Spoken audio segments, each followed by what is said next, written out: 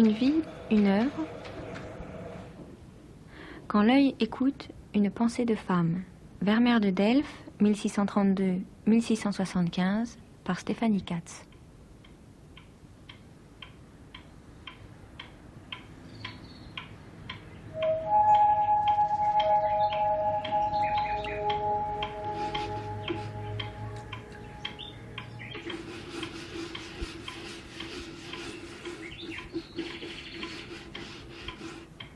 J'appelais ça les penseuses de Vermeer. Ce sont des penseuses, toutes les femmes de Vermeer.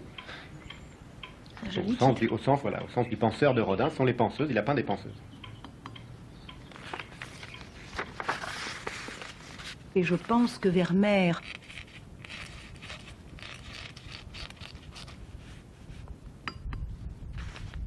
il faisait un fond blanc légèrement teinté, et c'est à partir de ce fond blanc qu'il peignait, qui est blanc teinté gris, blanc teinté beige, blanc teinté rose, et que pour donner, je dirais, la proximité, il allait jusqu'à incorporer des grains de sable dans les perles.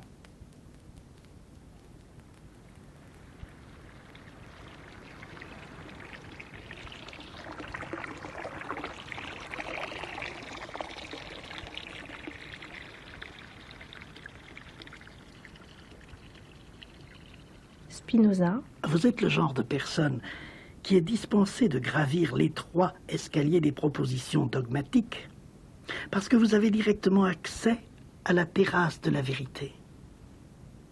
Telle est la récompense des cœurs purs. Elle, vous vous moquez. Pas du tout. La dernière partie de mon éthique est votre portrait.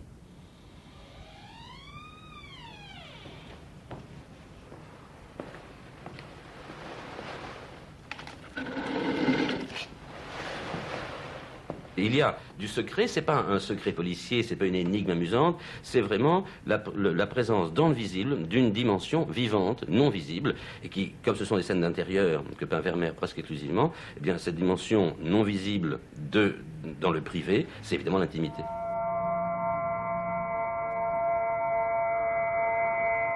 Pourquoi le miroir? Pourquoi la peinture?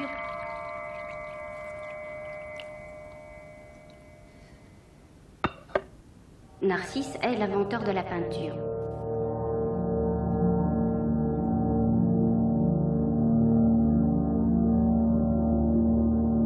Si Vermeer a peint aussi peu de tableaux au cours de sa vie, c'est à mon avis que d'emblée, il a su très vite, il a su très tôt où il allait, ce qu'il voulait peindre, ce qu'il voulait découvrir dans sa peinture.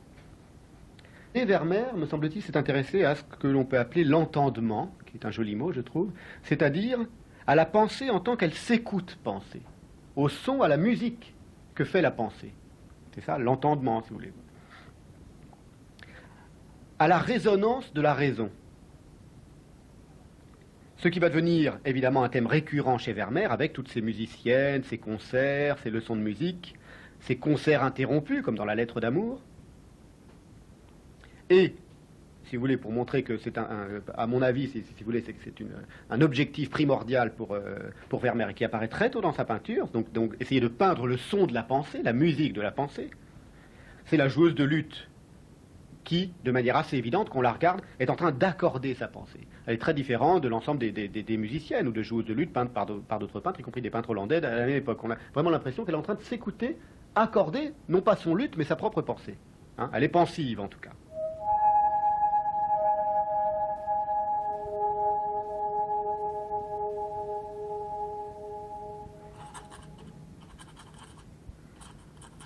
Femme qui pense, femme qui écrit et qui lit, femme fleuve.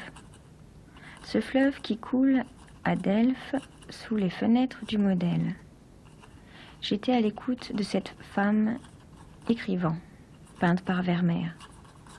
Je la reconnaissais. La tâche de Vermeer, pourrait-on dire, d'ores et déjà, va consister à déceler la pensée du désir au désir de la pensée et à ce que la pensée comporte de typiquement féminin. C'est-à-dire qu'il va essayer de répondre aux questions « qu'est-ce qu'une femme pense ? Qu'est-ce qu'une femme qui pense ?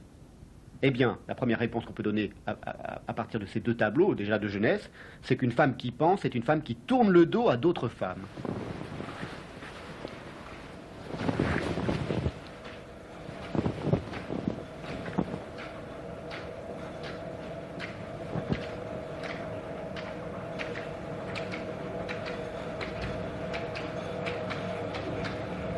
Comme ça se retrouve dans la ruelle. Le tableau La Ruelle, on voit trois femmes, dont deux aux deux extrémités, l'une qui est dans une petite ruelle, l'autre qui est à la porte de la maison, vous vous en souvenez, on la voit juste devant l'entrée de la maison, et elle se tourne le dos. Voilà. Et il y en a une troisième qui est en train de faire ses petites affaires au premier plan. Donc, une femme qui pense est une femme qui commence par tourner le dos à d'autres femmes. Si on repose cette question, on a une autre réponse qui commence à se délinéamenter, si vous voulez, dans la courtisane. Hein, je les prends par ordre chronologique, les tableaux. On va venir très vite après aux penseuses, que j'appelle les penseuses de Vermeer. Mais déjà, on s'aperçoit que tout est prêt, tout est réuni déjà, et surtout dans la courtisane, où on pense, les critiques, les spécialistes pensent que Vermeer se serait représenté lui-même, hein, c'est la figure un petit peu rigolarde sur la gauche, ainsi que sa femme, qui serait la courtisane souriante, et qui, elle, déjà une figure typique du genre des penseuses vermeeriennes, hein. La courtisane elle-même a un léger sourire, elle est aussi assez pensive, et on pense qu'il aurait représenté également sa belle-mère, donc la mère de sa femme, qui serait l'entremetteuse, habillée en noir, un peu comme une nonne. On peut dire que les personnages se retrouvent comme embarqués, parce que, d'abord, il y a un tapis qui va se retrouver souvent dans l'œuvre de Vermeer, qui forme une sorte de barque, hein, au premier plan. Si vous regardez ce tableau, il y a un tapis qui embarque tous les personnages, toute la petite scène comme ça, comme sur un océan. Ils sont embarqués au sens pascalien, c'est-à-dire au sens où Pascal, dans le fameux texte sur le pari, dit il faut parier, cela n'est pas volontaire, vous êtes embarqué. Voilà, on est embarqué dans la vie. Vermeer embarque tous ses personnages et il prend tous ses thèmes dans ce tableau, déjà, qui est un tableau relativement de jeunesse, en tout cas, c'est pas un des plus tardifs. Tous les thèmes qu'on va retrouver ensuite et qui, selon moi, tournent autour de cette problématique de ce que c'est qu'une femme qui pense, qu'est-ce que c'est que le son et la musique de la pensée, se trouvent déjà dans ce tableau. On a évidemment le thème de la femme, hein, qui est là en train de penser, de l'homme entre deux femmes, de ce qu'on pourrait appeler le face-à-femme, ce que j'ai appelé autrefois le face-à-femme, en parlant de la naissance d'Ève, c'est-à-dire la femme qui vient se positionner face à l'homme, parce que c'est ça une femme qui pense. C'est une femme qui tourne le dos à d'autres femmes, et surtout qui se positionne face à un homme. Hein, un peu comme Ève naît de la côte d'Adam, et elle est placée face à lui. Et même si l'on médite sur cette étoffe blanche qui forme comme une sorte de coquillage souple, de conque souple, un pli vaginal d'ombre et qui est en train de sortir du ventre de la courtisane, on ne sait pas ce que c'est un mouchoir, eh bien on retrouve aussi, on trouve déjà plutôt ce qu'on retrouvera plus tard, la lettre des penseuses, qui souvent semble sortir. J'appelle les penseuses, hein, je réunis sous le terme les penseuses, les femmes qui écrivent, les écriveuses, si vous voulez, les liseuses, les musiciennes, etc.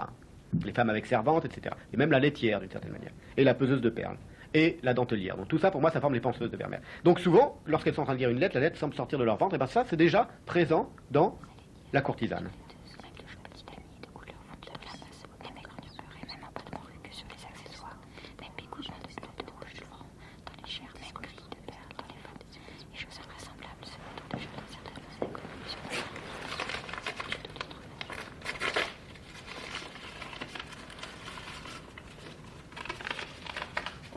C'est vrai, qu'est-ce qu'une femme qui pense?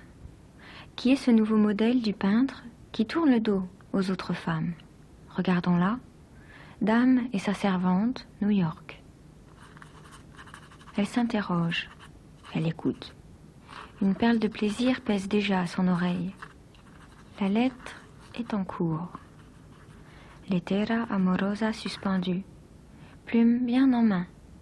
Et comme l'écrit est une adresse, il y faut un ange, une servante, une passeuse, un messager à gauche. Une lettre donc, petite île blanche flottant sur l'océan sombre de la peinture, carré de feuilles en avenir de toile, mouchoir tendu vers l'encre nacrée de l'oreille. Quel discret vecteur dessine sa trajectoire? Elle s'interroge, elle écoute.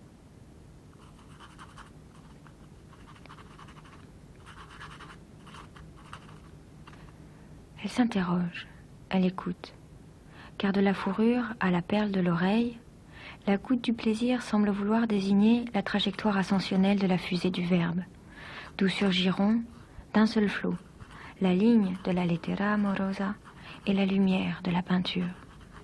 Elle ne s'interroge pas, elle se souvient. Elle se souvient de toutes les annonciations qu'elle porte dans les plis de sa robe.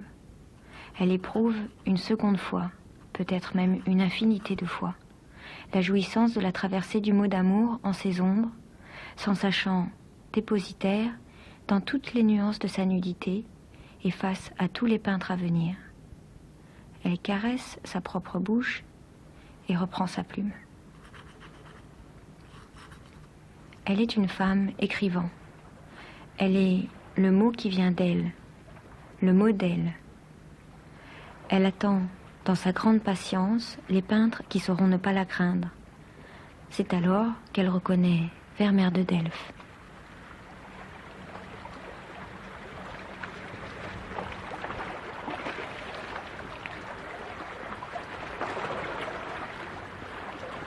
Pour revenir une dernière fois sur l'entremetteuse, on note quelque chose dans l'entremetteuse qui est assez intéressant, c'est le large chapeau noir de Vermeer, ou de celui qui est censé être Vermeer, c'est-à-dire l'homme qui rigole sur la gauche. Qu'on retrouvera ce large chapeau noir dans deux autres tableaux qu'on peut appeler érotiques. C'est un tableau érotique évidemment l'entremetteuse, c'est le soldat et la jeune fille riant, et le gentilhomme et la dame buvant du vin, et également, on le retrouve une dernière fois, c'est le chapeau du peintre dans l'atelier, dans l'allégorie de la peinture, comme si, finalement, ce noir était la couleur même de la pensée, comme si Vermeer pratiquait là une ouverture sur l'intérieur d'encre du crâne, qui est précisément ce qu'il va faire dans la première de nos penseuses, qui est la femme assoupie.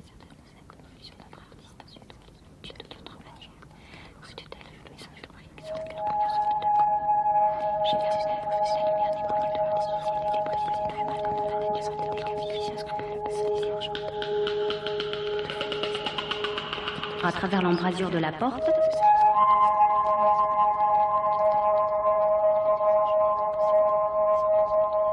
un ruban bleu. Si vous regardez la jeune femme assoupie, vous apercevez qu'il y a une grande ouverture noire sur son crâne, comme s'il entrait réellement, il ouvrait le crâne comme une boîte de conserve et il pénétrait dans la pensée. On peut songer aux Érini assoupies qui commencent les Euménides d'Échille. Elle a l'air, donc maintenant je parle de cette jeune femme assoupie, elle a l'air d'une sorte de furie endormie. Il y a eu des représentations de furie endormie. En quelque sorte, on peut dire, pour le dire d'une manière, que Vermeer a pénétré dans la chambre noire. On sait qu'il utilisait beaucoup ce qu'on appelait la chambre noire, pour faire ses perspectives. Lui, les autres peintres utilisaient la chambre noire pour faire des perspectives. Lui, il va utiliser la chambre noire en pénétrant dans la chambre noire, dans la chambre même de la pensée d'une femme. D'ailleurs, c'est pas un hasard si la porte est ouverte, grande ouverte, juste derrière cette jeune femme assoupie. Comme si la présence de Vermeer avait pénétré dans la pièce. Vous comprenez ce que je veux dire ?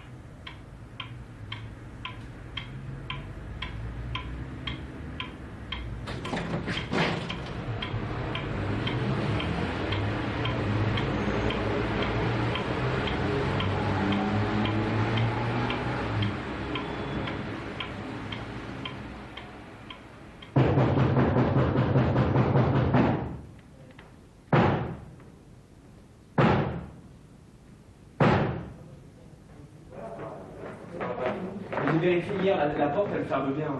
Bon, alors la caméra obscura, on peut la décrire comme l'ancêtre de l'appareil photographique, grosso modo. C'est un objet connu depuis très longtemps, Léonard de Vinci en parle déjà, on en parle même avant. C'est une boîte close, fermée, donc l'intérieur est obscur, d'où chambre noire ou caméra obscura, et qui sur une face a un petit orifice percé où on installe une lentille, et au fond, en face de cette paroi, disons, de face de l'appareil, au fond de l'appareil, la paroi de fond est remplacée par un papier translucide sur lequel, dans certaines conditions d'éclairage, l'image captée par la lentille est projetée à l'envers sur la paroi. Donc, on peut donc observer de l'extérieur l'image projetée à l'envers dans la caméra obscura. Il arrivait qu'on construise des caméras obscura tellement grandes que les personnages, les hommes, pouvaient entrer à l'intérieur. C'est indiqué ? Ouais. Hein ? Ouais.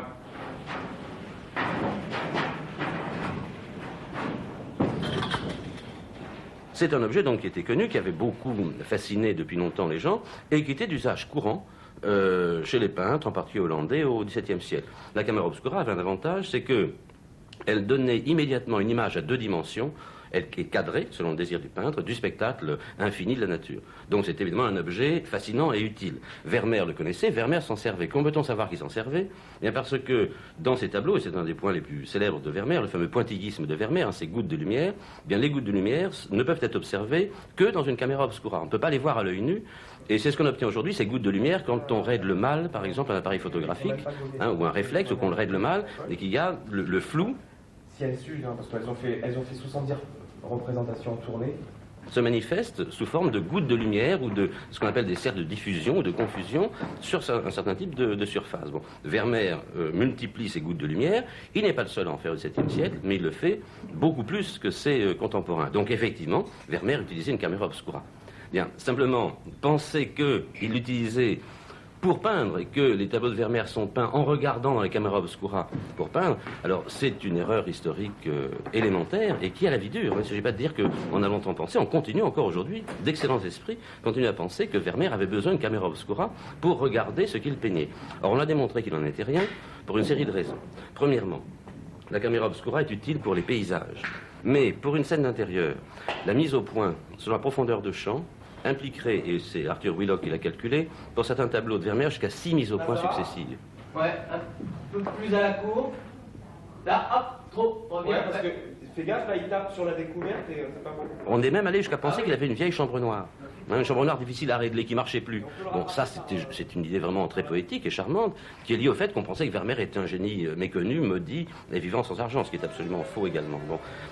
En fait, autre argument contre l'emploi je veux dire, positiviste de la chambre noire par Vermeer, c'est le fait que Vermeer utilise les effets de la chambre noire, c'est-à-dire ces gouttes de lumière imprécises, mais les utilise en peinture là où elles ne peuvent pas apparaître. Parce que ce qu'a observé aussi Arthur Wheelock, c'est que les gouttes ou les cercles de diffusion ou de confusion apparaissent sur des surfaces brillamment éclairées et réfléchissantes, c'est-à-dire soit du métal, soit un objet mouillé. À ce moment-là, il peut y avoir, dans un appareil photographique, on peut le reconstituer aujourd'hui, des gouttes de lumière. Or, Vermeer met ces gouttes de lumière, par exemple, au revers d'une tapisserie.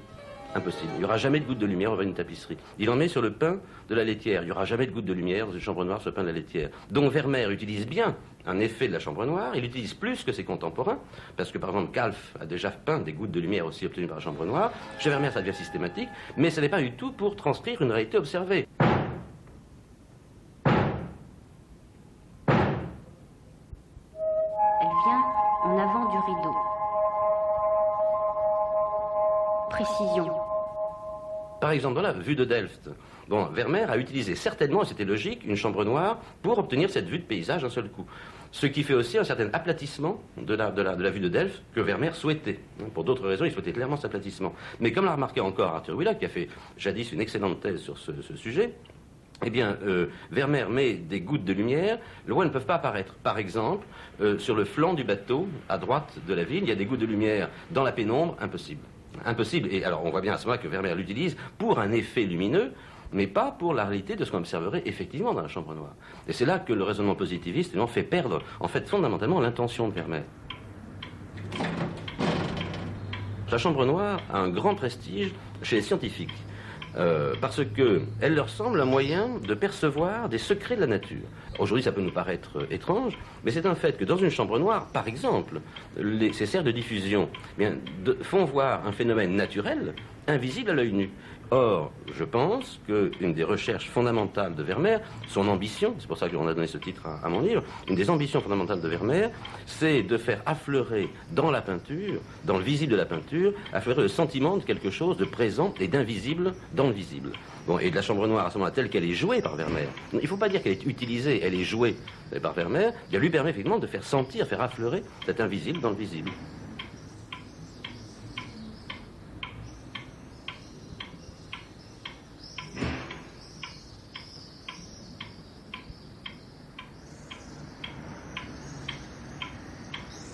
Silence. Il n'y a pas de mystère Vermeer, car il n'y a jamais de mystère en peinture. Ici, tout est là, à portée de regard, dans l'effet de miroir d'une surface. Pas de secret, pas d'invisible et aucun indicible. Seulement la grande autonomie de la peinture, et pour mieux dire, peut-être du regard, face à tous les aveuglements de la raison. Donc je disais, une penseuse ou une femme qui pense, c'est une femme qui tourne le dos à d'autres femmes. Alors, évidemment, biographiquement, Vermeer était dans une position parfaitement singulière qui lui a permis d'étudier ça de très près. C'est qu'on le sait qu'il s'est marié avec Katharina, qui était donc catholique. Il a quitté son propre milieu familial, qui était donc calviniste, et il est parti vivre avec sa femme et sa belle-mère, ce qui est tout de même assez singulier.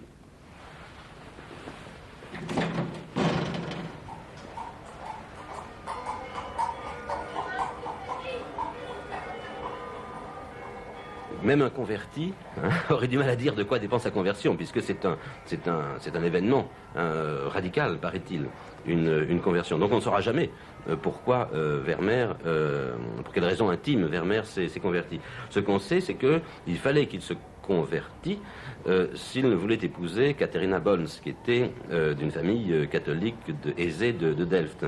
Et donc, on a pensé un certain temps qu'il s'était converti comme ça par intérêt. En fait, les travaux de Michael Montias ont montré qu'il n'en était rien. Vermeer n'a jamais démenti son catholicisme. Vermeer a appelé certains de ses enfants de prénoms absolument catholiques, comme Ignace. Bon, alors, on peut dire que c'est la belle-mère qui a joué son rôle. Oui, mais pourquoi le supposer quand on voit que Vermeer, parmi les rares déplacements que fait Vermeer, il y en a où il va s'occuper des intérêts de deux religieuses, de la famille, etc. Il y a en tout cas quelque chose qui est tentant comme hypothèse, c'est que parmi ce qui l'a poussé à cette conversion, dont on ne peut pas mettre en doute, encore une fois, la sincérité, eh bien, c'est peut-être aussi son amour de la peinture. Son amour de la peinture, parce que une des différences fondamentales à l'époque entre catholiques et protestants, parce que Vermeer vient d'une famille protestante, c'est que catholiques et protestants admirent la peinture. Il y a de très grands peintres protestants. Rembrandt, on ne peut pas dire que Rembrandt ne soit pas un très grand peintre. Simplement, il y avait une fonction différente de l'image.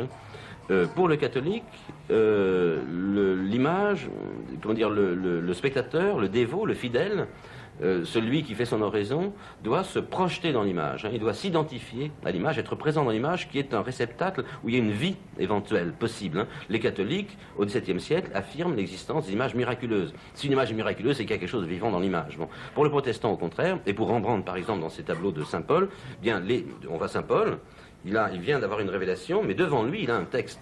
Les images sont derrière. C'est-à-dire que le protestant utilise l'image, non pas pour s'appliquer à l'image, mais pour appliquer l'image à lui. Tout ça a été étudié, il y a des différences de spiritualité très nettes, qui ont comme conséquence que la religion catholique, qui croit à la présence du Christ dans l'hostie, au moment de la messe, donc un objet matériel peut contenir une présence vivante, eh bien pour la peinture catholique, pour la foi ou la pratique catholique, la peinture a pour fonction d'incorporer une présence mystérieuse.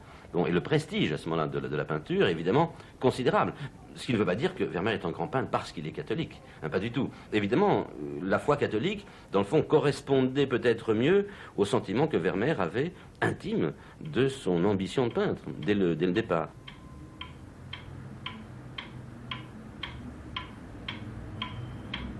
Il s'est embarqué aussi, pourrait-on dire, toujours au sens pascalien, sur l'océan du catholicisme. D'ailleurs, à ce propos, on peut noter que les couleurs vermeeriennes par excellence, c'est pas seulement chez Vermeer, mais enfin on a souvent remarqué, les critiques ont remarqué qu'on les retrouvait souvent, le jaune, le blanc et le bleu vermeerien sont évidemment les couleurs du drapeau du Vatican, donc des couleurs catholiques par définition. Il va habiter dans ce qu'on appelait le coin des papistes, c'est pas une invention, le Papenhoek, donc le coin des catholiques, vraiment. Ses enfants sont, eux, c'est sûr, élevés selon la foi catholique, explicitement catholique. Il a même un fils qui va s'appeler Ignace, comme Ignace de Loyola, donc. D'ailleurs, leur maison, on pense, cette maison donc, dans laquelle il va habiter après son mariage, et c'est là que va naître toute sa grande peinture, chez sa femme, ou plutôt chez sa belle-mère avec sa femme, est très certainement louée à des jésuites. Il y a d'autre part une église jésuite tout près dans ce quartier des Papistes, qui est une église dite secrète, ou clandestine. Pourquoi? Parce que pour des raisons de dissension en Hollande, de guerre des religions, les jésuites, les catholiques devaient exercer leur religion plutôt discrètement. Donc, on appelait ça une église secrète, ce qui est intéressant. C'est-à-dire que d'emblée, Vermeer va être confronté, je dis d'emblée, juste après son mariage, il va être confronté, il choisit le catholicisme, mais il choisit un catholicisme clandestin, secret. Et c'est quelque chose qui va le marquer. Il est entre deux femmes, sa femme et sa belle-mère, et il va finalement découvrir et se mettre à peindre ce qu'il pourrait y avoir de clandestin dans la pensée, c'est-à-dire la pensée chez les femmes. Ce qui, jusqu'à lui, n'avait jamais été étudié, ni remarqué, et évidemment encore moins peint.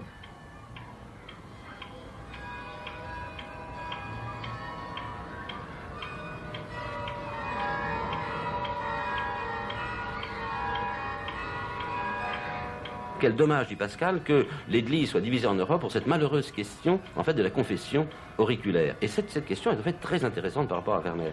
Les catholiques estiment que la confession est privée et que le prêtre prend en charge sur lui les péchés de celui qui se confesse. Bon.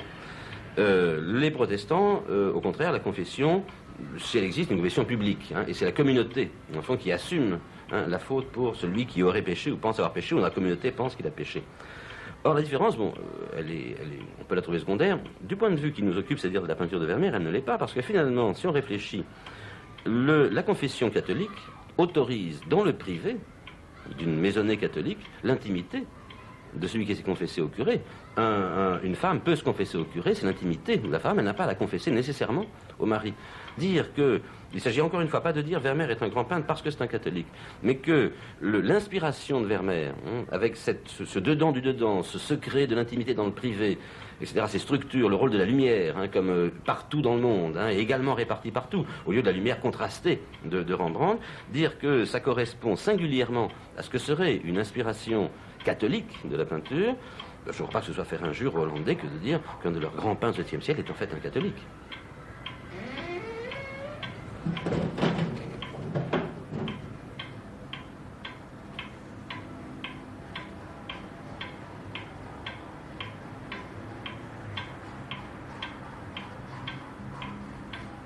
Il s'entend assez bien avec sa belle-mère.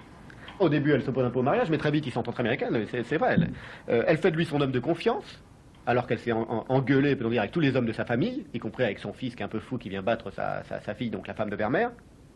Et, d'une certaine manière, elle est une des figures des femmes qui écrivent et qui lisent, parce qu'elle va rédiger, re-rédiger, corriger, remanier sans cesse ses testaments en faveur de son beau-fils, donc de Vermeer et de sa fille. Elle va en faire 6, je crois, en tout, dans le cours de sa vie. Elle refait tout le temps ses testaments, à chaque fois pour lui donner un petit peu plus. Enfin, en tout cas, elle réécrit l'héritage, donc héritage catholique pour Vermeer, puisqu'il hérite du catholicisme en épousant sa femme. Et il hérite de sa belle-mère, à la fois concrètement de l'argent, et de cet océan catholique. Donc la lettre, l'écrit, l'héritage, et l'héritage à la fois du catholicisme et de l'argent, tout ça est déjà réuni dans sa position familiale.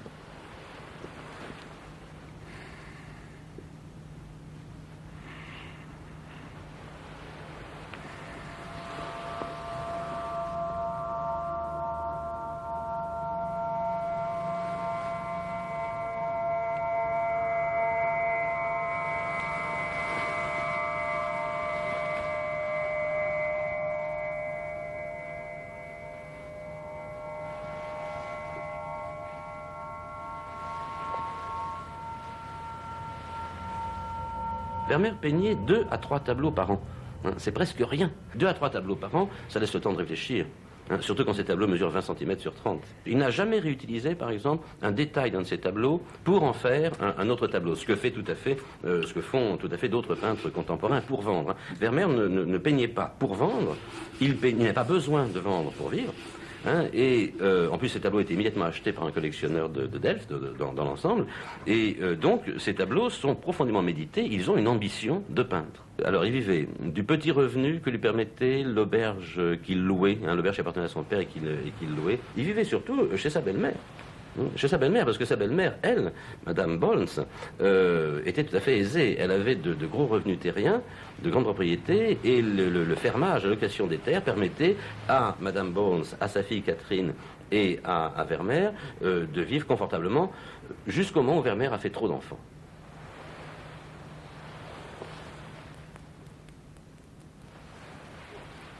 Tous les critiques, ou quasiment tous les critiques, ont été parfaitement déconcertés par ces femmes. Ils ont vu qu'il y avait quelque chose d'étrange dans ces femmes de Vermeer, mais ils n'ont pas compris tellement ce qu'elles représentaient.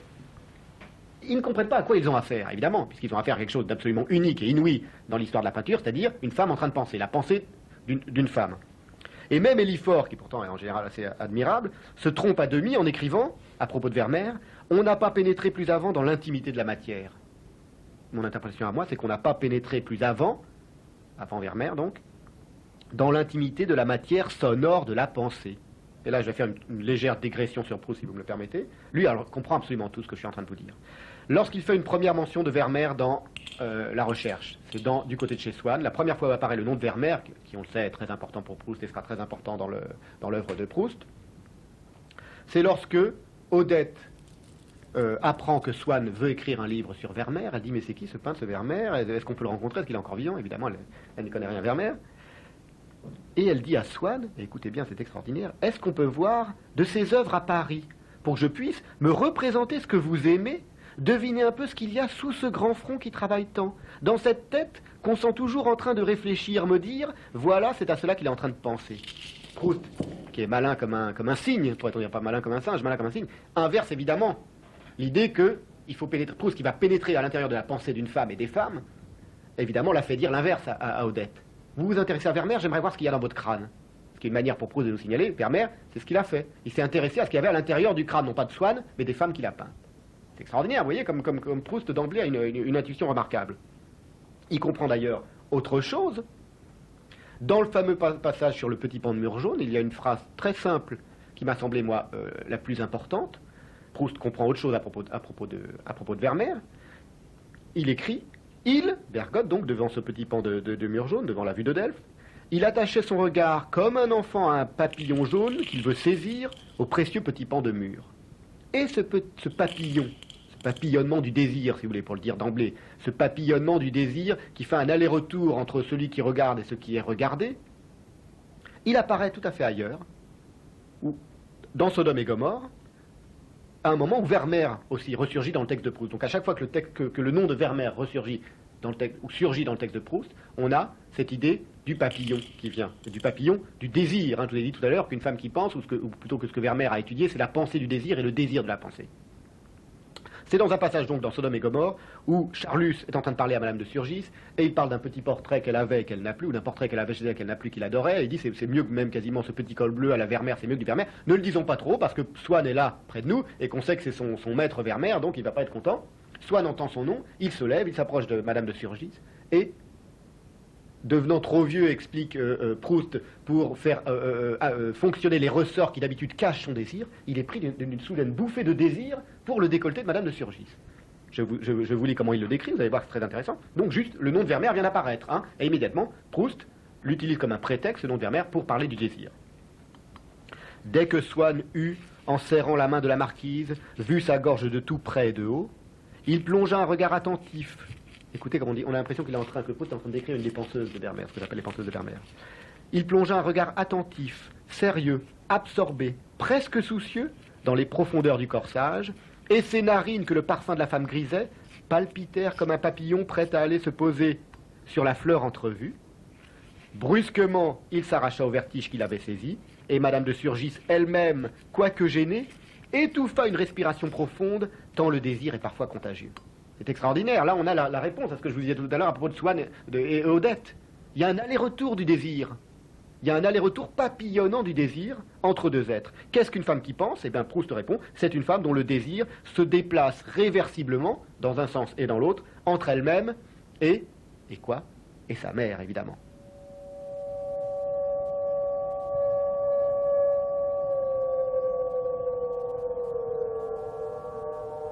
Dans la liseuse de Dresde, eh bien, par exemple, il a peint après coup un rideau, et il a tiré ce rideau, il a fait semblant de tirer, bien sûr, il l'a peint exactement jusqu'au point de fuite de l'œil du spectateur. C'est-à-dire que ce rideau est là pour indiquer, mais exactement, le rideau s'arrête à l'endroit du point de fuite, et donc cela indique que ce rideau s'adresse à nous, et nous dit à nouveau que nous ne voyons pas tout.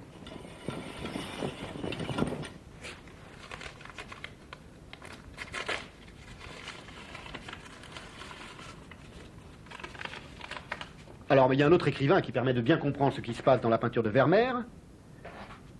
Un écrivain qui nous offre, si vous voulez, d'une certaine manière, l'observation en direct de cette correspondance du désir entre une mère et sa fille, c'est évidemment Madame de Sévigné. Par exemple, Madame de Sévigné, on sait qu'elle a écrit le principal de sa correspondance à sa fille adorée. Par exemple, donc, il est assez évident que la lettre qu'est en train de lire la liseuse, dans le tableau La liseuse, eh bien, je vais vous la lire, je l'ai retrouvée, cette lettre, on ne voit pas le texte de cette lettre, moi je sais lequel c'est. C'est une lettre de Madame de Sévigné à sa fille, Madame de Grignan, donc qui vient de se marier avec Monsieur de Grignan, enfin qui s'est marié un petit peu avant avec Monsieur de Grignan, et qui la quitte pour la première fois. C'est donc quasiment la première lettre après leur séparation, entre la mère et la fille. Elle date du 11 février 1671. Regardez le tableau, vous allez voir que Madame de Sévigné est en train d'écrire ce tableau, qu'elle ne connaissait pas évidemment. Mais je ne veux point que vous disiez que j'étais un rideau qui vous cachait. Tant pis si je vous cachais, vous êtes encore plus aimable quand on a tiré le rideau. Il faut que vous soyez à découvert pour être dans votre perfection, nous l'avons dit 1000 fois. Et vous regardez ce rideau jaune qui est évidemment, en effet tiré dans ce tableau les yeux, une sorte de rideau un peu enflé, comme on pourrait presque dire la jupe d'une femme enceinte, avec une sorte de nouveau de grands plis d'ombre, de grands vagins d'ombre qui traversent tout le rideau et qui pourrait être d'une certaine manière la matrice maternelle, la mère qui a tiré le rideau pour une fois et qui laisse découvrir sa fille pensive, penseuse, en train de lire une lettre devant une fenêtre d'où la lumière arrive.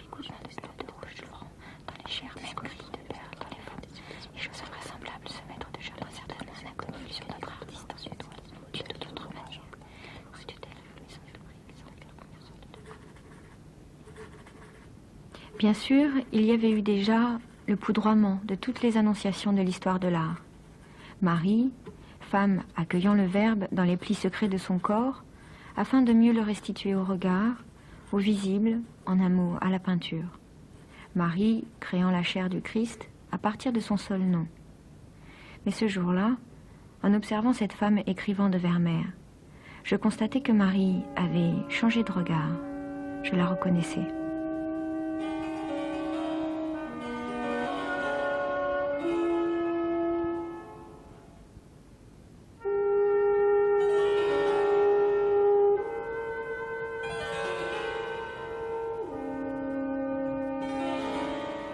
On peut dire aussi de manière assez évidente, ça a été remarqué, que les lectrices pensives chez Vermeer sont peu ou prou des figures de l'Annonciation.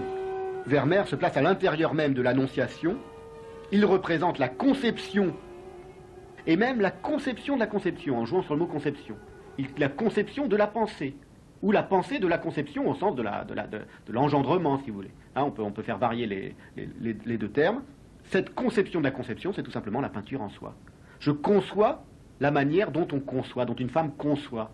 C'est ce qu'on pourrait appeler d'une certaine manière la maculée conception. On sait que macula, ça signifie la tache en latin. Une macule, c'est une petite tache. Et on sait que c'est important dans l'œuvre de Vermeer. Les critiques l'ont indiqué, le pré-impressionnisme de Vermeer qui peint la peinture et qui représente la peinture par des petites taches de lumière. Il suffit de songer aux taches, alors je dis à toutes ces taches blanches, mais surtout aux taches noires même, puisque je dis que le noir est la couleur de la pensée, sur l'hermine blanche qui va se retrouver dans la joueuse de luth, dans la lettre d'amour, dans la joueuse de guitare, dans la dame et sa servante. Hein. C'est le même manteau jaune, beau manteau jaune d'ailleurs, avec une belle hermine blanche avec des taches noires.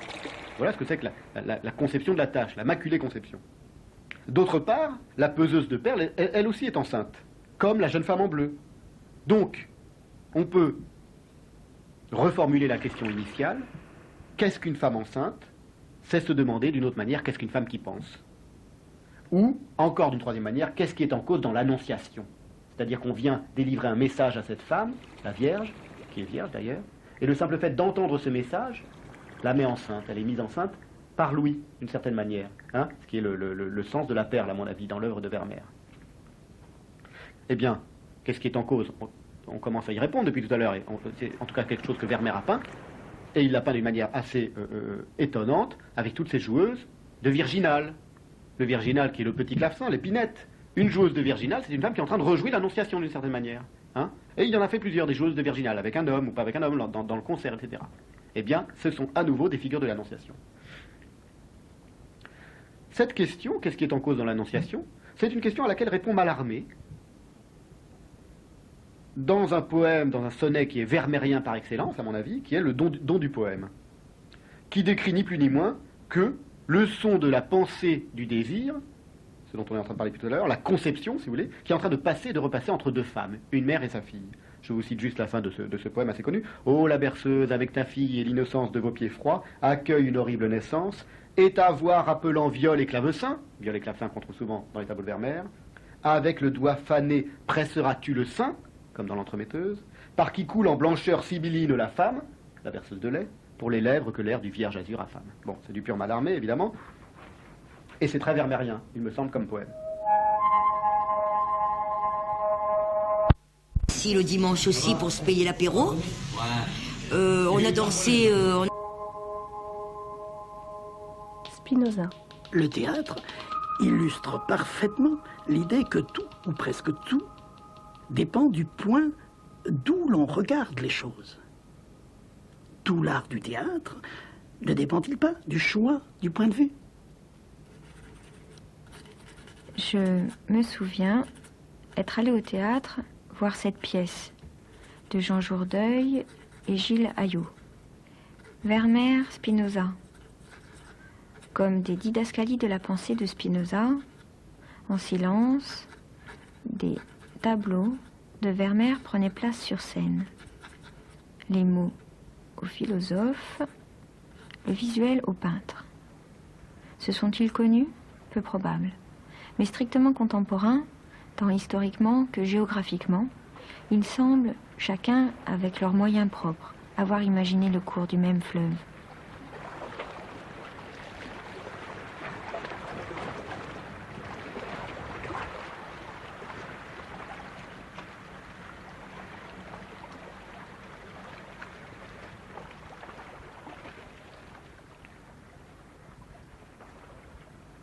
Tamar joue du violon. Elle? Voulez-vous que je continue? Mais vous pleurez? Spinoza. Oui, mais c'est de joie et non de tristesse. Je crois que vous devez continuer à jouer et à vous perfectionner dans votre art. La musique peut être la meilleure des choses quand elle offre aux passions le moyen de jouir d'elle-même. Lorsque je vous écoute jouer, comme lorsque je regarde un tableau de mon voisin Vermeer, j'imagine un art sans remords et sans regret, un art de l'affirmation et de la joie. C'est le moment où l'on cesse de gravir avec peine le chemin de la pensée parce que s'ouvre comme un troisième œil, un œil de l'âme qui voit le monde de très haut, du haut d'un ciel sans nuages.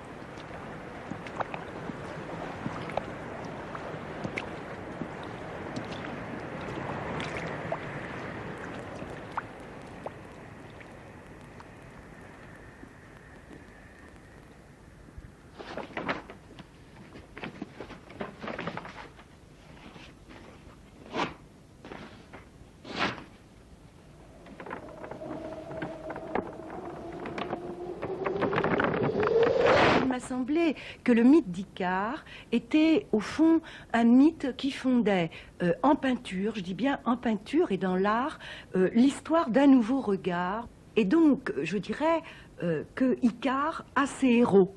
Au XVIe siècle, ce sont les grands cartographes et j'essayais de montrer les héros de ce nouveau savoir. Au XVIIe, ce sont bien sûr les héros de la science et je dirais que ces héros, c'est l'astronome, le géographe selon Vermeer et bien sûr le peintre.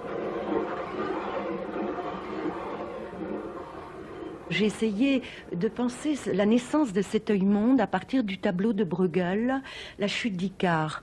Et il m'a semblé qu'Icare était au fond le mythe du vol et de l'envol, c'est-à-dire d'un double regard. D'une part, il veut s'envoler vers l'infini, il veut donc que l'infini soit capté par l'œil, et d'autre part, comme vous le savez, il chute, il désobéit à la loi du Père. Et dans le tableau de Bruegel, on voit un détail infinitésimal qui est la jambe d'Icare dans le poudré de la mer à l'infini. Alors, ce regard icarien, en quelque sorte, c'est une métaphore bien évidemment, c'est un regard qui saisit un monde infini et un monde donc qui n'est pas plat sur une surface et qui le saisit dans le détail. Or, au XVIe siècle, en latin, la carte est dite descriptio, une description. En français, on aime mieux le mot portrait. Elle est donc un portrait du monde infini, plaqué là sur une surface, qui est une surface de projection et de transfert, et dans lequel on peut repérer un détail.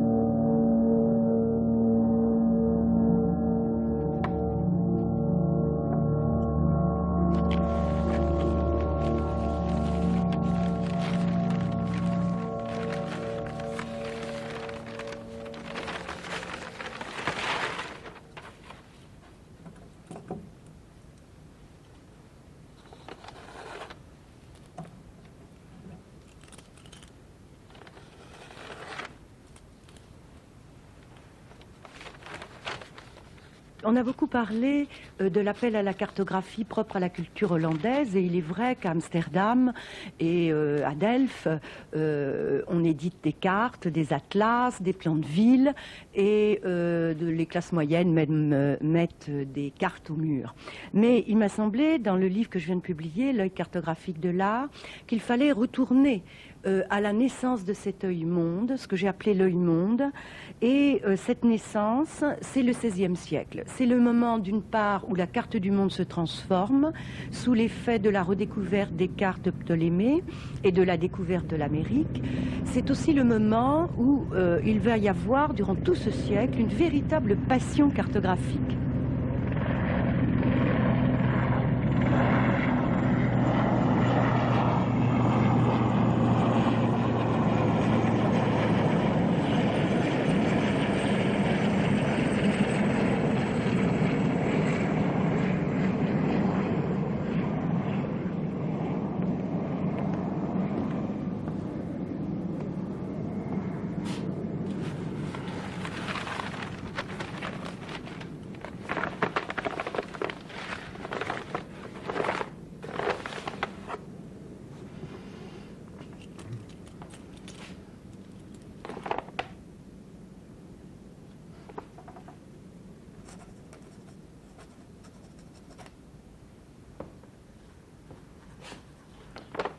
Il y a déjà eu qu'est-ce qu'une femme qui pense.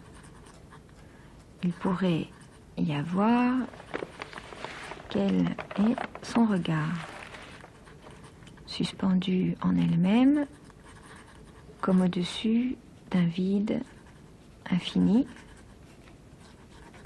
flottante à la surface du monde, et pourtant prise, retenue presque, dans le détail des choses.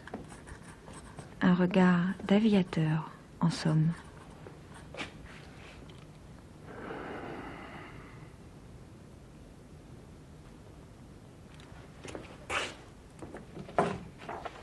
Il s'agit de l'astronome d'une part, et, qui est à Paris, et du géographe qui est à Francfort. Et il s'agit donc de deux hommes de science qui sont, je dirais d'un certain point de vue, les deux figures du nouveau savoir.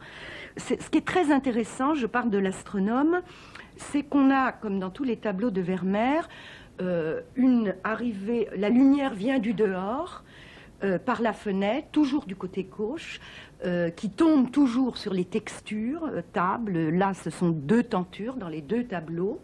Mais il y a toujours un dispositif entre cette lumière, les objets de la science et le fond occupé encore par des cartes.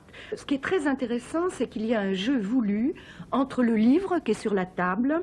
Il s'agit d'un traité sur l'observation des étoiles qui avait été publié en 1621 par Métius, et le tableau, la reproduction du tableau, qui est Moïse sauvé des eaux. Et on pourrait dire que l'astronome, c'est la réponse, c'est le Moïse scientifique de notre temps. C'est-à-dire, au fond, c'est un nouveau Moïse, mais dans le savoir. Alors, c'est un œil attentif, et on retrouve ça chez le géographe qui fait un relevé, qui a le compas à la main, qui lui aussi est en action et en instantané d'action. De même que l'astronome veut faire tourner le globe, le géographe a le compas pour faire un relevé. On trouve également, bien sûr, une carte enroulée et le globe derrière. Donc, deux personnages, je dirais, qui sont des savoirs représentatifs du savoir de l'immanence et de l'immanence de l'infini. Et c'est ça que Vermeer fait entrer en peinture. C'est-à-dire un tableau de Vermeer, pour moi, c'est un fragment d'infini rendu à la peinture. Et donc c'est un jeu entre ce qui est extérieur et ce qui est intérieur. Et la carte comme le globe sont au fond des métaphores du monde dans l'intimité d'une chambre. Je crois que c'est Maldinet qui disait de Vermeer que c'est un intimiste de l'univers.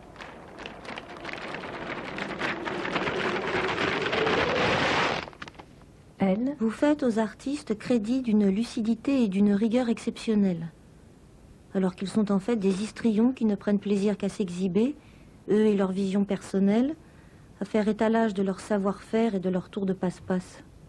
Spinoza. Vous, au contraire, vous sous-estimez leur capacité de voir clair. Ils voient le monde de là où ils sont, sans se soucier de chercher le meilleur point de vue. C'est en quoi Vermeer est un grand maître. Non pas un saint ni un héros, mais un sage, assis au milieu du tourbillon des atomes, comme dans le plus petit espace que nous avons l'habitude d'appeler point mécanique dans les lentilles.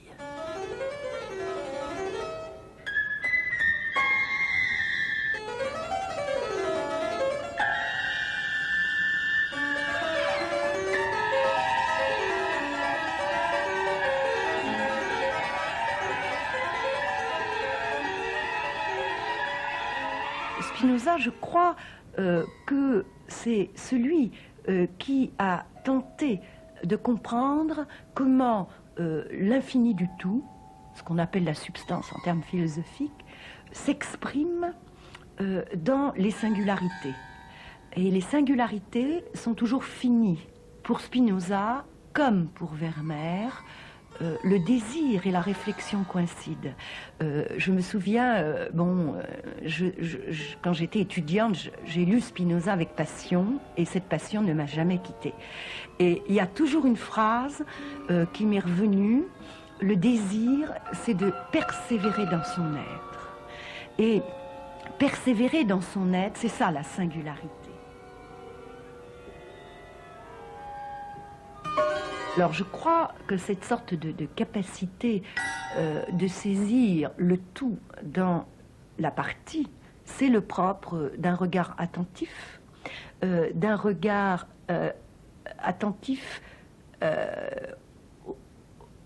aux toutes petites choses et aux choses insignifiantes qui sont tout aussi bien la vie quotidienne. On a beaucoup insisté sur les scènes de genre retransformées par Vermeer, mais qui sont également, je dirais, la trace spécifique du pictural. Et le regard de Vermeer en ce sens, il est icarien dans les deux sens que j'ai distingués dans mon livre, qui aboutit, je dirais, jusqu'à nous, dans le virtuel. Il est icarien parce qu'il a une capacité de nous donner un équivalent d'infini. La carte, c'est l'équivalent de l'infini. La réflexion, c'est l'équivalent de l'infini. Et en même temps, il est icarien comme si, pour comprendre l'infini, il fallait le saisir dans ce que Spinoza appelait les choses singulières. Plus les choses sont singulières, moins elles sont générales, plus elles captent l'infini.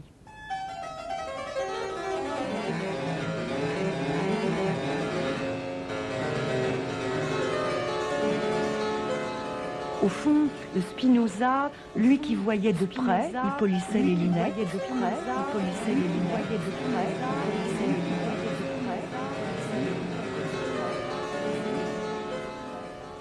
Dans mon livre, je n'ai pas pu m'empêcher de citer en exergue un passage de Spinoza, qui est, je le donne en français, « Moins l'esprit comprend tout en percevant davantage, plus grande est sa puissance de fiction. » Moins l'esprit comprend tout en percevant davantage, plus grande sa puissance de fiction. Et plus il comprend, moins grande est cette puissance. Alors, bon, c'est une formule magnifique qui correspond également exactement à la position de Vermeer. C'est-à-dire que moins l'esprit comprend en percevant, plus grand est la peinture. Bon, et c'est ça. Moins l'esprit comprend. Et les sujets de Vermeer sont mystérieux. Tout en percevant, plus grande est la fiction de la peinture.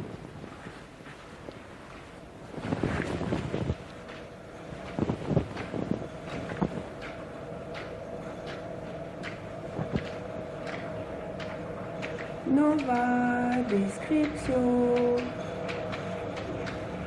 Nova descriptio. Nova descriptio. Va descriptio. Avec Vermeer, même le théâtre se montre. Allégorie de l'art de la peinture. Comme si nous assistions à la mise en place d'un spectacle avant la représentation. Point de vue de l'indiscret caché en coulisses. Œillade derrière le rideau de scène, tout un jeu d'illusions démontables qui ne se défait que pour mieux laisser place à cet autre enjeu de la peinture, une nova descriptio. On voit un peintre de dos dans son atelier en train de peindre une jeune femme, un modèle qu'il a habillé, accoutré en muse de l'histoire, un Clio, devant une carte géographique représentant les 17 provinces. Jusqu'au premier plan, il y a une tapisserie retournée de manière d'ailleurs tout à fait précise. Bon, c'est un tableau qui n'a jamais quitté la maison de Vermeer. Et quand Vermeer reçoit en 1663 Balthazar de Montconis, personnage important, qui vient voir le célèbre Vermeer de Delft, donc Vermeer était célèbre, et Balthazar de Montconis passe 2 fois voir Vermeer. Bon, eh bien, évidemment, les tableaux qu'il aurait à lui montrer, Vermeer lui dit qu'il n'a aucun tableau à lui montrer. Or, il avait l'art de la peinture chez lui, donc c'est un tableau qui n'a pas été peint sur commande et que Vermeer ne voulait pas vendre, qui reste chez lui. On n'a qu'à comparer avec le thème banal du 7e siècle du peintre dans son atelier. Vous ne trouverez jamais un atelier aussi luxueux. Donc, évidemment, ici, l'atelier, c'est un atelier allégorique. Et on peut, si on réussit à analyser ce tableau, on a une chance, disons, d'entrevoir ce qu'elle était la conception de la peinture que se faisait Vermeer. On peut essayer ? Ah, on peut essayer.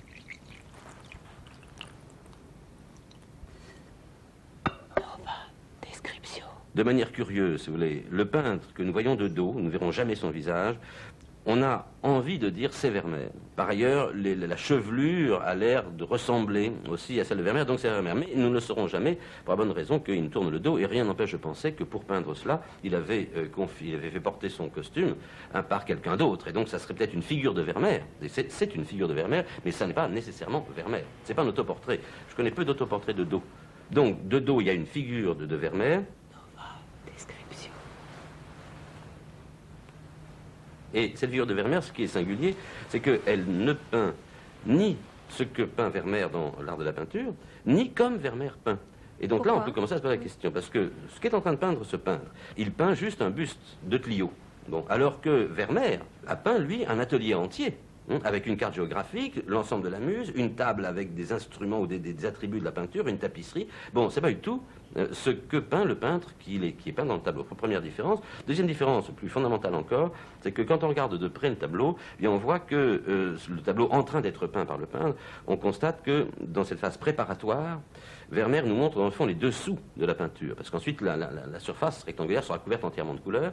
Alors sur ce dessous de la peinture, le peintre, représenté par Vermeer, a peint un dessin préparatoire. On voit très très clairement, à la craie, ou indiqué sur la surface, ou peint sur la surface, le contour du buste de la jeune femme. Or, les radiographies ont permis de savoir que Vermeer ne faisait pas de dessin préparatoire sur ses tableaux.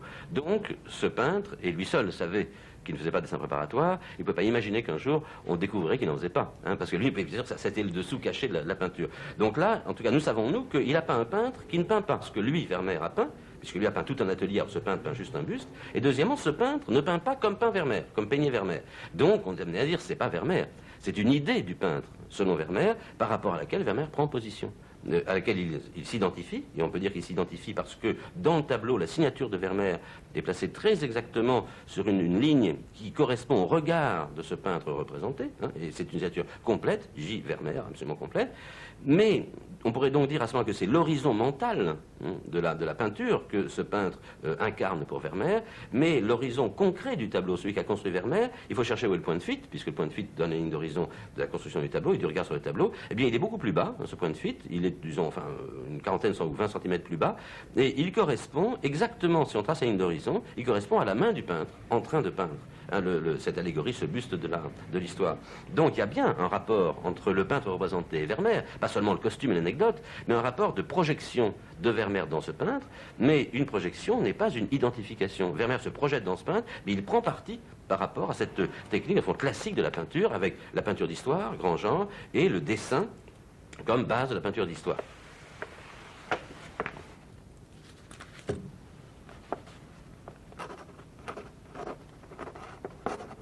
Il faut dire que cette carte, et je crois que c'est une nouvelle description, Vermeer a inscrit dans l'écriture peinte le titre de la carte, et donc la carte montre et dit le tableau, et elle est également métapicturale, puisqu'elle est un tableau dans le tableau.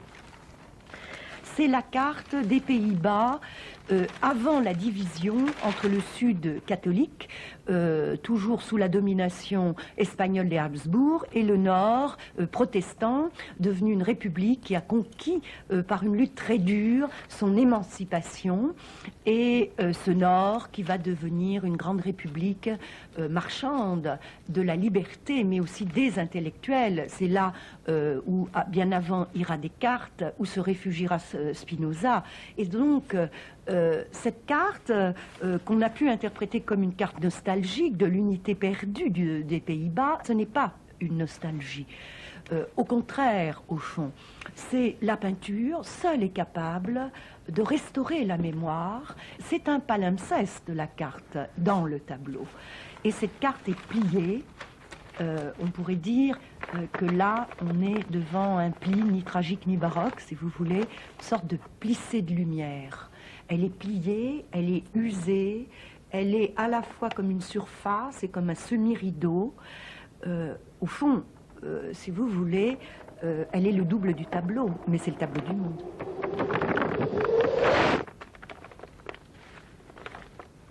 À ce moment-là, on peut observer, c'est Gowing qui l'a très, très bien observé, que la main du peintre, représentée dans le tableau, qui correspond à l'horizon de Vermeer en train de peindre le tableau, cette main est peinte de manière absolument irreconnaissable. Elle n'est non dessinée. Vermeer renonce complètement à la convention du dessin pour peindre la main du peintre en train de peindre après avoir fait un dessin. Donc il y a là évidemment une sorte d'indice très clair de la position de Vermeer.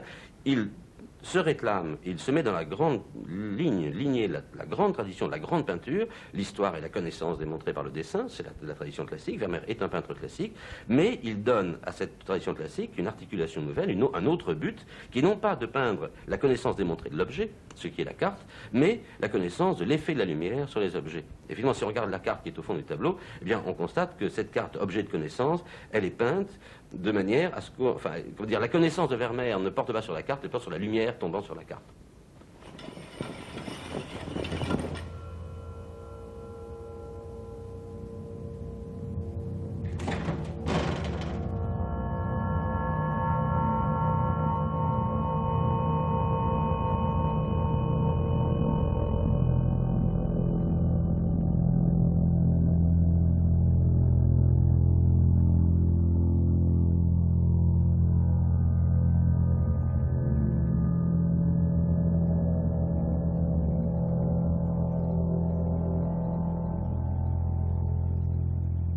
Le dispositif est un dispositif triple, souvent chez Vermeer. D'une part, on a effectivement la carte comme surface qui fait fond, mais qui n'est pas un fond, qui est une ouverture, mais une ouverture de peinture. Et elle est au fond un panorama, pour le dire dans les termes de Walter Benjamin. Puis, il y a un deuxième point de vue, invisible. D'une part, c'est la lumière. Et cette fois-ci, il y a bien une fenêtre invisible qui est cachée par cet immense tableau, rideau, en quelque sorte superbe, à fleurs orangées, jaunes, bleues et noires. Et cet invisible de la lumière, c'est également l'invisible du regard du peintre. On sent, je dirais, il a quasiment des yeux dans le dos. On sent qu'il regarde le modèle, mais on ne le voit pas. La peinture, c'est un œil mental. Et puis, il y a nous, notre regard. Et je dirais que chez Vermeer, on rentre dans le tableau qui n'obéit jamais à une logique perspectiviste pure, puisqu'il y a toujours des plans étagés, plans de lumière, et toujours un premier plan, je dirais un peu démesuré, qui doit accrocher le regard. Alors là, c'est le rideau, le premier plan, et le fauteuil. Et donc, Vermeer construit cette triplicité du regard sur un regard global qui est celui du spectateur. Et je dirais que celui du spectateur doit s'absorber dans l'absorbement du tableau.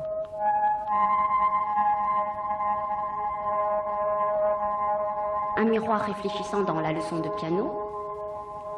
4 miroirs qui ne réfléchissent pas.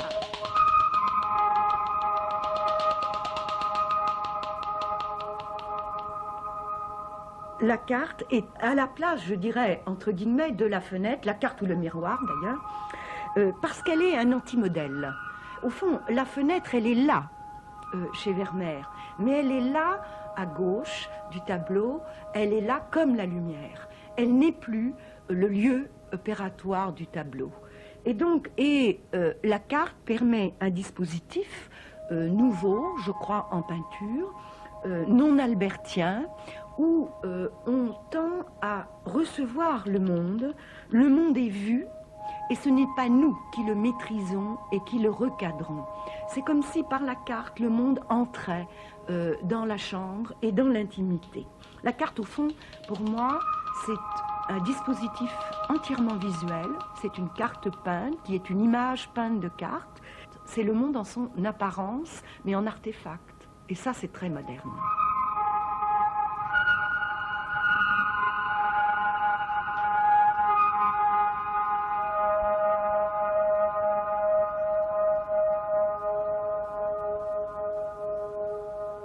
Carte non visible à droite du tableau. C'est ce que fait comprendre, mieux que tout autre, Vermeer. Des gouttes de lumière s'agglutinent sur la ligne de partage invisible des choses, comme attirée. Par l'aimant de la limite. Elle se presse. Elle se presse pour entrer dans l'intérieur de quelque chose. Mais en vain. Hors la surface de la porte fermée, il n'y a que nuit. Dehors le vide, dedans le plein.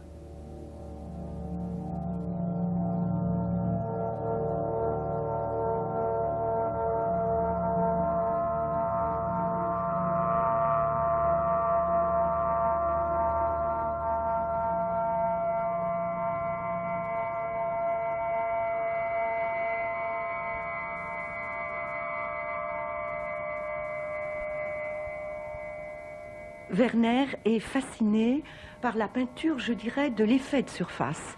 L'effet de surface, c'est la lumière dans une boucle, dans une perle de cristal. L'effet de surface, c'est la lumière qui tombe sur le globe.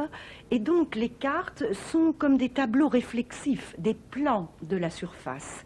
Quand on parle de la carte comme une surface et du pli, au fond, on peut revenir à cette opposition de l'art de dépeindre entre la peinture italienne, la peinture du Sud, et la peinture du Nord. Car effectivement, la peinture italienne est une peinture d'un espace perspectiviste en profondeur.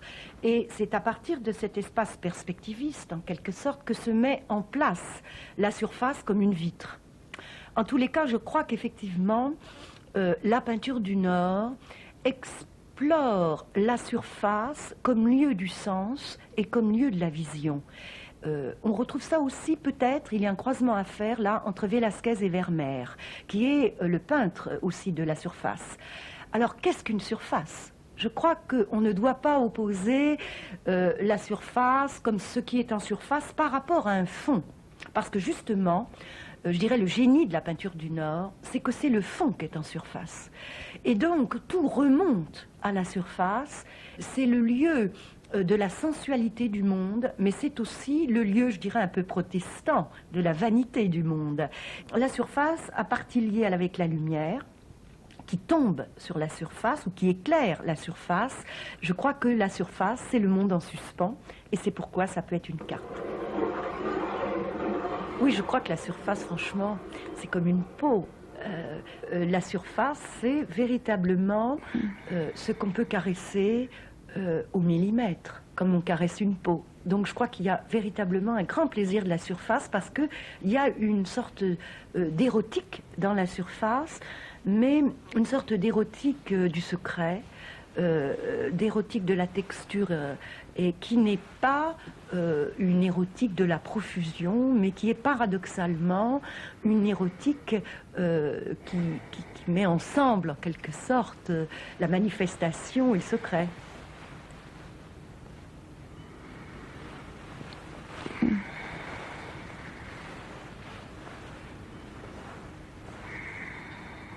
Il est, au fond, dans l'entre-deux de la culture. Vous savez que ça a été une des revendications de Luther et de toute la Réforme, de revendiquer les surfaces vides. Rien n'est plus beau que le blanc en peinture. Un mur blanc, c'est la peinture. Ça, bien avant le blanc en peinture de Malevich à Reimann. Bon, donc il y a eu cette contradiction qui a traversé toute l'Europe du XVIe et du XVIIe entre, au fond, le trop plein et le trop vide, entre les images et pas d'images. Bon, je crois que Vermeer occupe une position de lisière, en quelque sorte. Au fond, il y a deux possibilités dans l'effet de surface. Il y a ce que j'appellerais la surface mélancolique, qui est le propre du maniérisme, c'est-à-dire le tableau est vraiment un écran, et très souvent un écran noir. Et c'est vrai que Vermeer a subi, semble-t-il, une double influence, le caravagisme de la culture hollandaise et aussi Rembrandt à travers Fabricius. Mais il a inventé, en dépit donc de ces tableaux et de la jeune fille au turban qui est sur fond noir, justement, il a inventé la clarté en peinture. Et je crois que la surface de Vermeer, c'est la clarté en peinture. C'est-à-dire, c'est le lumineux de la surface et pas la lumière noire de la surface. Et là, la surface a une fonction, au fond, non mélancolique. Je crois que cette clarté, c'est l'être lumière de la surface vermeère.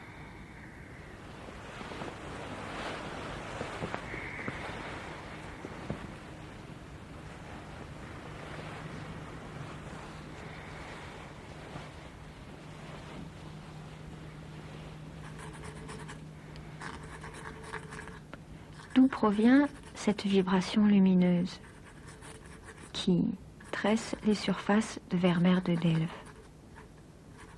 Clarté impénétrée de la pensée? Quelle main les tisse? La dentelière, fileuse de toile serrée en liquidité blanc, rouge. À quoi pense-t-elle?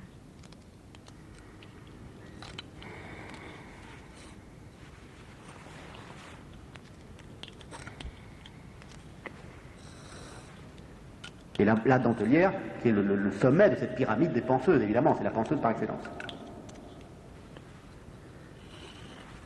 En général, une dentelière est représentée avec son coussin sur les genoux, sur les cuisses. Et dans le tableau de la dentelière, en général, on voit le travail dentelière. C'est-à-dire qu'on voit son travail avec les épingles, etc. Et on voit la dentelle en train de se faire. Ici, si vous regardez bien, le coussin, enfin la dentelle est mise sur une table, et non pas sur les genoux de la dentelière. Le point de vue, c'est-à-dire le point de fuite, est situé juste un petit peu en dessous du plateau de la table, si bien que nous avons une légère contre-plongée, nous ne voyons pas la dentelle, nous voyons qu'elle fait la dentelle, mais nous ne voyons pas la dentelle.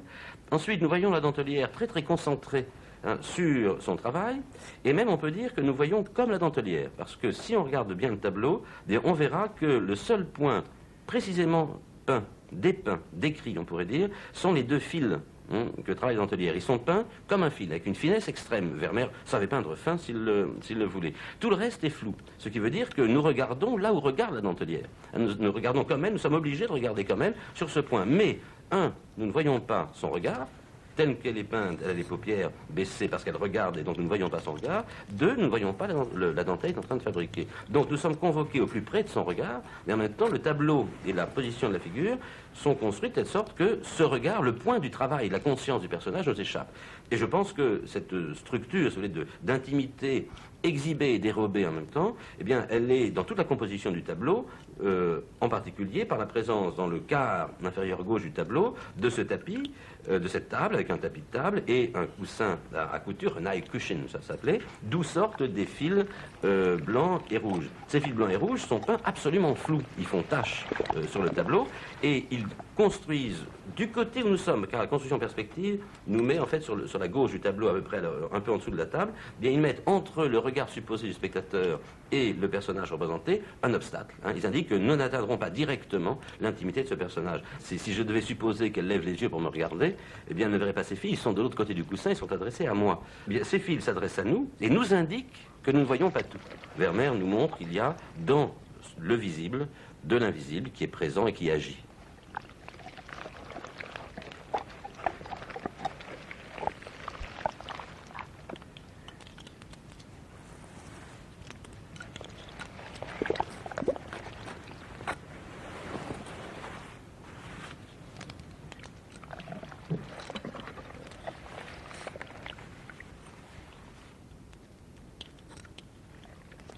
Donc je repose ma question, toujours ma question depuis le début, la même question, que je reformule différemment. Qu'est-ce qui est en cause dans la conception de la conception? Eh bien, pour avoir la réponse, c'est très simple. Il suffit de regarder la belle boîte bombée bleue de la dentelière, qui est une sorte de coussin gravide, on a l'impression que la boîte elle-même est enceinte, dont s'échappe ni plus ni moins, regardez ce tableau, il est au Louvre, on peut le regarder assez facilement, qu'un filet de sang, qui est le même d'ailleurs que celui du serpent dans l'allégorie de la foi, serpent écrasé par le livre, et un filet de sperme, un filet rouge, un filet blanc. On sait, je ne suis pas en train de divaguer, parce qu'on sait que l'ami de Vermeer, qui s'occupera de sa succession après sa mort, qui est né comme lui, la même année que lui, en 1632 à Delft, qui était donc cet ami, le naturaliste Anthony van Leeuwenhoek, eh bien c'est celui donc naturaliste, scientifique, qui en perfectionnant le microscope va découvrir à la fois les globules rouges et les spermatozoïdes. C'est lui qui va découvrir ça dans l'histoire des sciences naturelles. D'autre part, pour les présocratiques, pour certains présocratiques, le sperme et le sang sont les deux substances constitutives de l'âme. Donc, je termine ma digression et je reviens à ce qui condense cette condensation d'âme, si vous voulez, qu'est la perle, qui est véritablement la maculée conception, à la fois comme le lait de la laitière et comme l'hermine avec ses taches, eh bien c'est en soi un objet de la pensée. Claudel, dans L'œil écoute, écrit sur la perle, il ne parle pas du tout des perles chez Vermeer, mais ce qu'il écrit sur la perle correspond tout à fait à tout ce que je viens de vous expliquer. La perle, dit-il, c'est une goutte de lait, un fruit détaché et sans tige, une solidification de la conscience, c'est merveilleux ça comme formule de la part de Claudel, l'abstraction jusqu'à la lumière de toutes les couleurs, une conception immaculée. Bon, moi j'inverse les termes, et je dis que c'est une conception maculée, un genre sur le genre maculé, mais il est en train de dire la même chose que moi finalement. Et si on prend une dernière citation, Spinoza dans l'Éthique, qu'a lu évidemment Vermeer, ou très probablement Vermeer, que dit Spinoza, pour répondre à la question qu'est-ce qui est en cause dans l'annonciation, parce que la question que j'ai posée tout à l'heure, donc dans la conception de la conception, donc dans le son de la pensée, etc. Spinoza écrit « La pensée est un des attributs infinis de Dieu qui exprime l'essence éternelle et infinie de Dieu, autrement dit Dieu est chose pensante. » Eh bien cette chose pensante que Vermeer a si bien représentée, c'est ni plus ni moins que la perle. La boucle est bouclée d'une certaine manière, les perles de Vermeer sont des gouttes de pensée auditive, les fruits d'une transsubstantiation de sang et de sperme, sa représentation propre, vermeerienne, de l'Annonciation.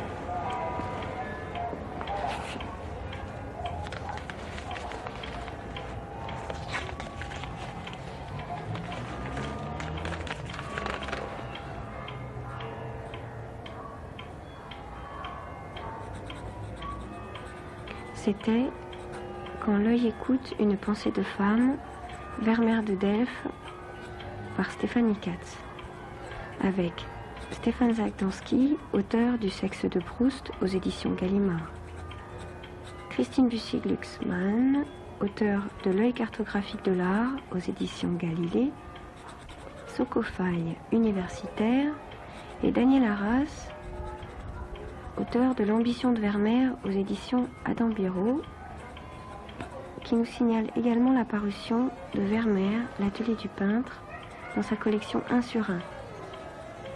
Les textes de la pièce Vermeer Spinoza de Gilles Ayot, montés par Jean Jourdeuil, étaient lus par Claude Duneton et Christine Boucher.